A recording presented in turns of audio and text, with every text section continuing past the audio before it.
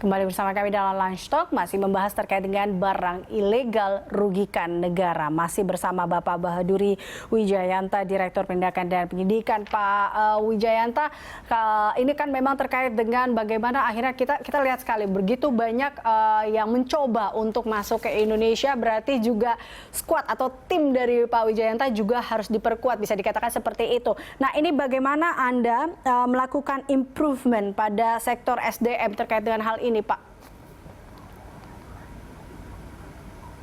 Terima kasih, Mbak Elisa. Pemirsa, memang banyak strategi yang kami lakukan. Tadi saya sudah singgung masalah persana, kemudian sistemnya, kemudian IT-nya, sinerginya, dan sebagainya. Tetapi yang penting juga adalah bagaimana kompetensi dan pegawai kami tekankan. Integritas adalah kunci utama. Kemudian yang kedua, yang tidak kalah penting, untuk narkotika, kami ada tim khusus. Custom Narcotic Team. Itu memang kami improve kualitasnya, kami improve. Drug handler kami latihannya terus. Kemudian untuk di laut, kami ada satelitnya. Kami bentuk tim khusus. Karena memang resistensinya sangat-sangat tinggi, berisiko sekali. Selain kami siapkan persenjatai, senjata 12,7, tetapi kemampuannya untuk melakukan enforcement itu kami improve. Karena ada tim khusus. Kemudian di darat ada special enforcement team. Itu yang memang tim yang kami tugaskan di daerah-daerah yang berisiko tinggi resisten. Kalau kami terjunkan biasa nanti akan berbeda dan itu berisiko sekali, maka kami bentuk tim khusus, dilatih dengan pendidikan khusus ya, kalau SIT dengan Kopassus, kalau Sekurita dengan atas kata. Itu berbagai pendidikan itu termasuk juga sharing knowledge, sharing experience. Kami undang dari PPATK, kami undang dari tim dari Kejaksaan untuk sharing supaya kami juga tidak hanya pintar menindak, tapi bagaimana proses penyidikannya. Karena kami tidak hanya penanganan terkait dengan TPA, tidak pidana asal, tapi kami kembangkan kepada TPPU juga, pencucian uang. Nah, ini kan kami butuh masukan, butuh support dari aparat penegak hukum yang lainnya. Jadi memang kompetensi terkait hard maupun soft kompetensi itu menjadi pegangan atau menjadi fokus kami. Oke, baik. Pak, ini kita tahu bahwa dalam kondisi saat ini di pandemi COVID-19 ini mengubah semuanya. Di antaranya salah satu adalah terkait dengan bagaimana komunikasi antara satu sama lain, yaitu dengan tadi sharing beberapa partner. Tadi Anda katakan bahwa di atas tadi ada beberapa kerjasama, bersinergi dengan beberapa pihak. Nah, ini bagaimana akhirnya Anda tetap terus bersinergi dengan pihak-pihak ini walaupun di tengah pandemi? Bagaimana Anda meyakinkannya? Jadi sinergi ini selain secara formal itu ada MOU, ada PKS, perjanjian kerjasama sebagai payungnya. Tetapi dalam implementasi supaya ada sinergi, ada klik yang benar-benar antara tim kami Bea dan Cukai dengan aparat penegak hukum itu bisa berjalan, maka kami melakukan operasi bersama. Melakukan operasi bersama, bahkan pertukaran antara kapal Bea Cukai, nanti bisa Polair bisa bergabung, BNN bisa bergabung, sebaliknya juga demikian. Kami melakukan patroli bersama di lapangan, sekaligus memberikan suatu sinyal bahwa tidak selo-selo di lapangan. Unity of effort itu benar-benar sudah kami wujudkan di lapangan. Dan beberapa waktu yang lalu sudah dirilis hasil sinergi berbagai penindakan terkait dengan narkotika adalah sinergi antara Polair, BNN, dan Bea dan Cukai. Dan itu terus, kalau pertukaran data dengan Rubla terus kami dorong terus. Baik, upaya-upaya apa saja Pak yang akan dilakukan ke depannya tentunya? Begini, harapan kami ini dengan adanya COVID tentunya fokus ini dari aspek Kementerian Keuangan tentu bagaimana menggerakkan ekonomi rakyat. Yang ini adanya konstruksi ini memang perlu didorong.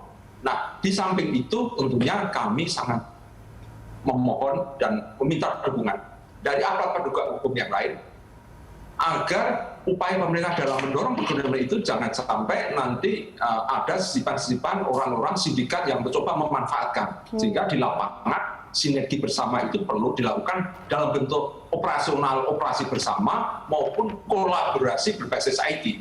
Jadi masing-masing instansi yang punya data ini harus di-share, harus nanti duduk sama-sama, dimanfaatkan sama-sama untuk melakukan pengawasan. Ini harapan kami. Sehingga proses pemulihan perekonomian dan penanganan kesehatan yang sedang dilakukan oleh pemerintah ini bisa benar-benar berjalan dengan mulus, dan kami dari aspek pengawasan juga benar-benar melakukan penegakan supaya masyarakat tidak diancam maksudnya barang-barang yang membahayakan masyarakat. Demikian, Mbak.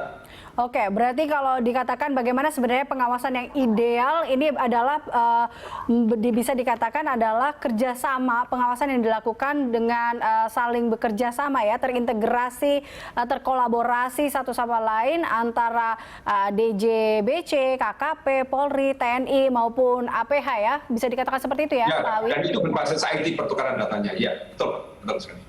Oke, nah ini bisa atau gini Pak, ancaman apa sih terberat yang bisa dikenakan bagi penyelundup? Kalau ini penyelundup, kalau narkotika tentu sampai death penalty ya, sampai hukuman mati dan sebagainya.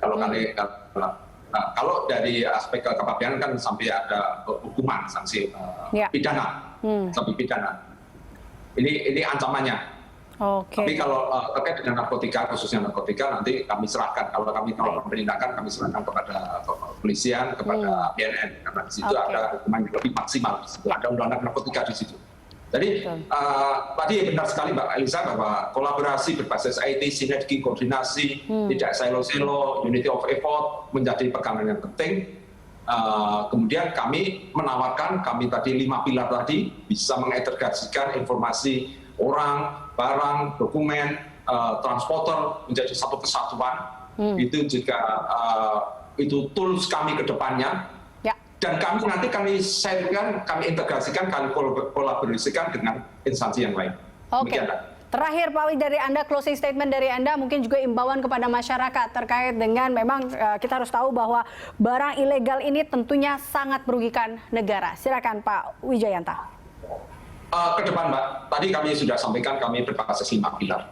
Jadi kami benar-benar serius bersama aparat penegak hukum yang lain.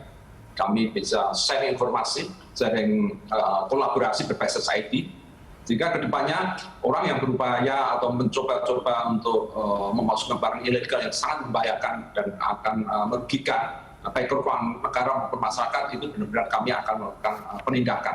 Dan dengan sinergi ini akan semoga menjadi deterrent effect kepada masyarakat bahwa pemerintah serius bersama dengan masyarakat untuk menangani masalah barang-barang ilegal, masalah barang-barang yang mengancam dan membahayakan kehidupan bangsa dan negara. Dan kita yakin kita mampu untuk mengatasi dan bersinergi ke depan yang lebih baik. Oke, baik. Jadi jangan coba-coba karena sudah ada ini kolaborasi dan sinergi antara DJBC, KKP, Polri, TNI maupun APH terkait dengan ini, dan negara tentunya serius menangani penyelundupan barang ilegal ini. Baik, terima kasih Pak Bahaduri Wijayanta telah bergabung bersama kami dalam Lunch Talk siang hari ini.